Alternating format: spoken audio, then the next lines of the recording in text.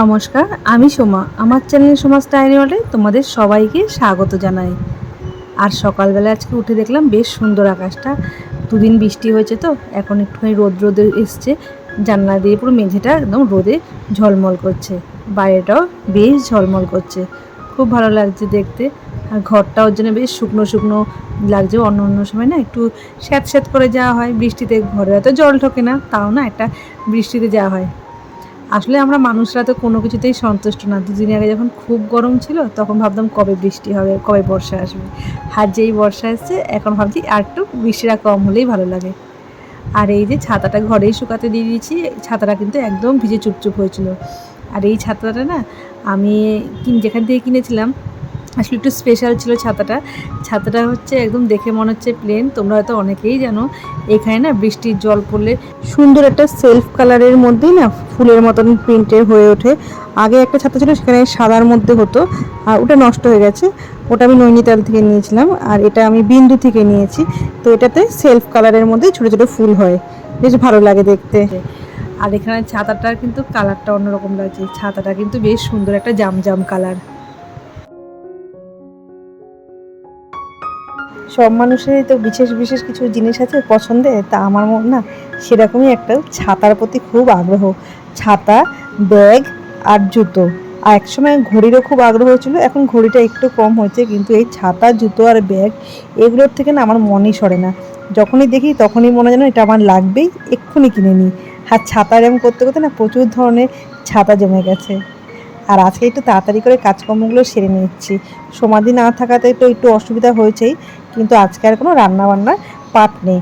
তো যদিও আমার ঘরে সেরকমভাবে রান্নাবান্না কখনোই কিছু হয় না, খুব একটা টিফিন হয়।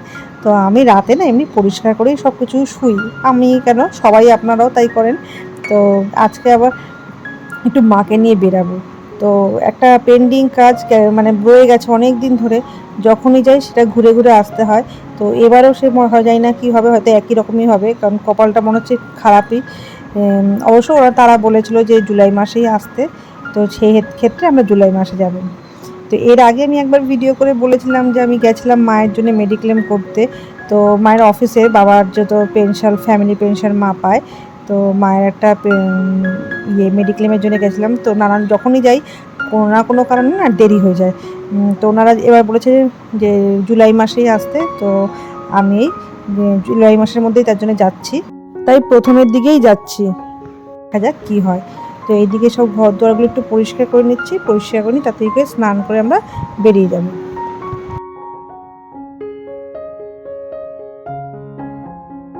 আমরা সবাই মোটামুটি রেডি হয়ে গেছি। তো মায়ের দরকারি জিনিসগুলোকেও নিয়ে নিয়েছি। তো দুটো আলাদা আলাদা ব্যাগ করেছি, যেহেতু একটাতে দরকারি জিনিস থাকে। আর এই যে এদিকে দেখুন আমি কি করেছি, আগে দেখিয়েছি না আমার খেয়াল নেই, কিন্তু এই যে আমি চুলটা কেটে ফেলেছি। চুলটা আসলে তলার দিকে না ওই হিনা করার পর একটা কেমন কটকটে একটা কমলা টাইপের রং হয়েছিল। তো আমার একদম পছন্দ হচ্ছিল না সেই কালারটা। আর আমার না চুল কাটার একটা বাতিকও আছে, আমি পারলেই যখন তখন ধরে পারি চুল কেটে দিই। তো গিয়ে আমি সেদিনকার দেখলাম আর ভালো লাগছে না, যতক্ষণ এই চুলটা আমি কাটবো আমার মনটা ভালো লাগবে না।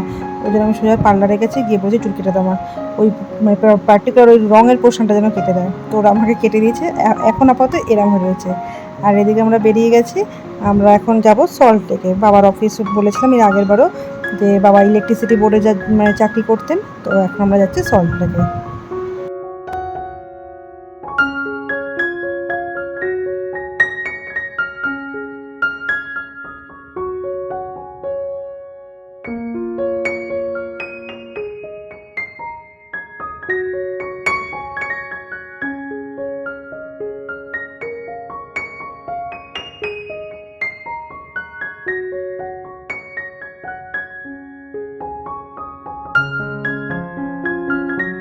আর এই সল্টলেক চত্বরের রাস্তাঘাট আমার বড্ড গুলিয়ে যায়।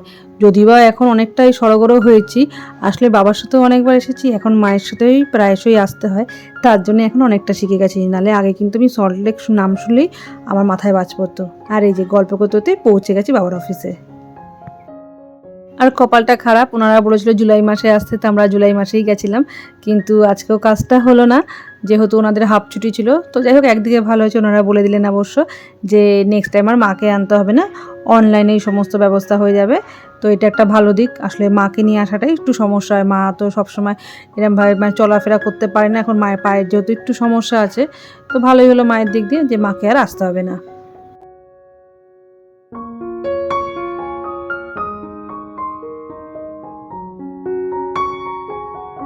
যত ধরনের গাড়ি চড়ি না কেন, আমি আমার এই পক্ষীরাজটাতে খুব কমফোর্টেবল। আর এটা তো অনেক পুরনো, ও অনেক পুরনো সঙ্গী আমাদের। হ্যাঁ, গাড়িটার কিন্তু বয়স অনেকটাই বেশি, ও আমার বিয়ের আগের থেকে আমাদের সঙ্গী হয়ে রয়েছে। তো এখন আমরা এসেছি খাবার কিনতে। বাড়ি ফেরার পর বলেছিলাম না আজকে খাবার রান্না করা হয়নি, তো যেহেতু আমি রান্না তো সরগরো না, তার জন্য আমরা এখন বাইরে বেরিয়েছি খাবার কিনতে। আর আজকে না রাস্তায় বেরিয়ে একটা জিনিস আমার খুব খারাপ লাগলো দেখে, যে আইন কানুন আমি অতটা বুঝি না, তবুও দেখলাম অনেক জায়গায় ফুটপাতে যেসব দোকানপাত মানে পত্রগুলো ছিল আগে, সেগুলো অনেকেই তুলে দিয়েছে, আর অনেকেই বুঝতে পারছে যে এবার তুলে দেবে সেরকম একটা পরিকল্পনা করছে। খুব খারাপ লাগলো দেখে।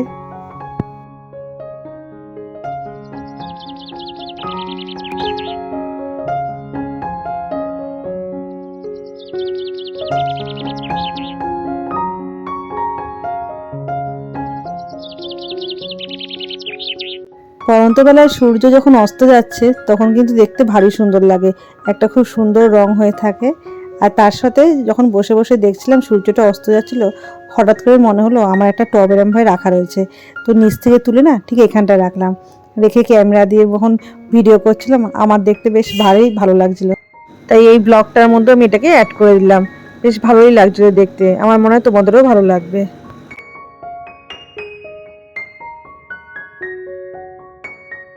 আর আবার বেরিয়ে পড়েছি আমি, দিদি আর ফুলি বৌদি। আমরা কোথায় যাচ্ছি? আমরা যাচ্ছি এবার রথের উদ্দেশ্যে। আমাদের তো একটা না একটা প্রোগ্রাম লেগেই থাকে, তো এখন হচ্ছে রথের পালা, তো আমরা রথ কিনতে যাচ্ছি। তো প্রতি বছরই অবশ্য আমরা রথ এখানে টানি, এই ছোট পার্কটাতে। বয়স্করা সবাই মিলে রথ টানতে ভালোবাসে, সাথে আমরাও যোগ দিই। কিন্তু না এবারে আমরা নিজেরাই রথ কিনছি। অন্যবার মীরা কাকিমা নিয়ে আসে, সেই মীরা কাকিমার রথটা নিয়েই আমরা বেরাই। তো এবার হচ্ছে নিজেরা রথ কিনবো। আর এই যে আমাদের রথ, আমরা অনেক ঘোরাঘুরি করার পর এত তাড়াতাড়ি তো রথ আসলে পাচ্ছিলাম না কোথাও, কিন্তু আলটিমেট গিয়ে আমরা 4তলা একটা রথ পেয়েছি। কিন্তু ভয় লাগছে যে নিচের যে তাকটা, আমার যেই ঠাকুরটা রয়েছে সেটা একটু বড়, সেই ঠাকুরটা এখানে বসবে কিনা, দেখা যাক কি হয়।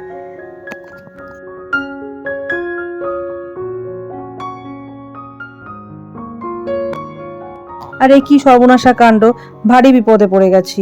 আমরা তো রথটা কেনার পর গেলাম গিয়ে একটুখানি লাইটের দোকানে কথা বলবো, ভাবলাম একটু ব্যাটারি দিয়ে একটু রথের মধ্যে লাইট লাগাবো। আসলে মোমবাতি দিলে যদি একটা বিপদের আশঙ্কা থাকে না, তার জন্য ভাবলাম ব্যাটারি দিয়ে লাইট লাগাবো। এদিকে কথা বলতে গিয়ে দেখি ভারী জোরে বৃষ্টি নেমে গেছে। তো অনেকক্ষণ কিন্তু আমরা ওয়েট করলাম যে বৃষ্টিটা থামার জন্যে। ও মা, দেখি সে বৃষ্টি আর থামে না। তারপর যাও বৃষ্টি থামলো, তো আমরা বেশ একটা রিক্সা নিয়ে রিক্সা উঠে পড়লাম। আর রিক্সা দাদা তো রিক্সার উঠে রথটাকে তার নিজে কোলে পারলে প্রায় তুলে নেয় বৃষ্টির হাত থেকে বাঁচানোর জন্যে। আর আমরা এদিকে একটা মফ কিনেছিলাম, ঘর মোছার মফগুলো হয় না, সেই মফগুলো কিনেছি। সেইটাকে নিয়ে আমি ওই যে ছাউনিটা উনি একটা দিয়ে দিয়েছে যাতে বৃষ্টির জল না আসে, সেটার উপর দিক দিয়ে রড দিয়ে টাইপের করে এই যে ভাই আমি না আটকে রেখে দিয়েছি, যাতে ওই পর্দাটা উড়ে উড়ে দেখি চলে যাচ্ছে। তো এই পর্দা উড়ে চলে যাচ্ছে, এত বৃষ্টি থামেই না, থেমে গেছিলো আবার দেখি জোরে নেমে গেছে। তো এখন যাই হোক অনেক কষ্ট করে যাচ্ছি। একটা জায়গায় তো দেখলাম যে সে রাস্তায় জল অবধি জমে গেছে, কি আর করবো, রথটা তো ভিজে যাচ্ছে। আপাতত নিয়ে গিয়ে এখন ঝুমনি দিদির বাড়িতে নিয়ে রাখি। তো এদিকে আমরা হাসতে হাসতে আমাদের পেটে খিল ধরে যাচ্ছে, কারণ কেউ ক্যামেরা ধরছি, কেউ ওই রথটাকে ধরে রেখে দিয়েছি, দিদির হাতে আবার বাজারের জিনিস রয়েছে, মানে সব শুধু মিলেমিশে না একাকার কাণ্ড হয়ে গেছে। আমার হাতে আমি বলছি ছাতা পড়ে গেছে, কানের দেখেছি না বৌদি, আমার ব্যাগ তোর দিকে দেখলাম পড়ে গেল। রাস্তার চারিদিকে জল জমে গিয়ে একাকার কাণ্ড হয়ে গেল।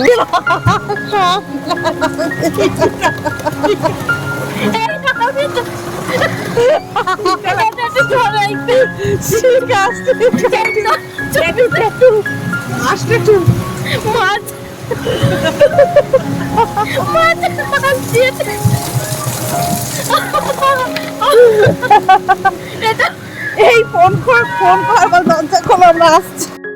যাই হোক আমরা রথটাকে নিয়ে পৌঁছে গেছি আলটিমেট ঝুমিদিদের বাড়িতে। এখানেই সবাই আমাদের জন্য অপেক্ষা করছিল, কারণ এখানে তো বৃষ্টির জন্য সবাই এখানে আশ্রয় নিয়েছে। আর এই যে আমাদের রথটা একদম ভিজে গেছিলো, তো কাকিমা ফুলি বৌদি দুজন মিলেমিশে রথটাকে নিয়ে একদম পরিষ্কার করে মুছে নিচ্ছে। আসলে ভালোই লাগে দেখতে এগুলো, যে সবাই আমাদের উপর বিশ্বাস করে ছেড়ে দেয় ঠিকই, তো তারপর আসার পর যখন সবাই সেই জিনিসটাকে নিয়ে যত্ন করতে থাকে তখন দেখলে খুব ভালো লাগে। আর এরই সাথে আজকের মতন বিদায় নিচ্ছি। আবার দেখাবে আরেকটা নতুন গল্প নিয়ে। আশা করি তোমাদের সাথে রথের দিনের গল্পটাই শেয়ার করব। তো তোমরা সবাই ভালো থেকো আর আমাদের জন্য প্রার্থনা করো। যদি আমার ভিডিওটা আজকের ভালো লেগে থাকে তাহলে একটা লাইক অবশ্যই করে দিও। আর যদি এমন কেউ থেকে দেখো যে আমার চ্যানেলটাকে এখনও অবধি সাবস্ক্রাইব করোনি, তাহলে অনুরোধ রইল আমার চ্যানেলটাকে সাবস্ক্রাইব করে আমার পাশেও থেকো। আর কিছু বলার থাকলে কমেন্ট করে জানাতে পারো। তো আজকের মতন বিদায় নিচ্ছি। সবাই ভালো থেকো। জয় জগন্নাথ।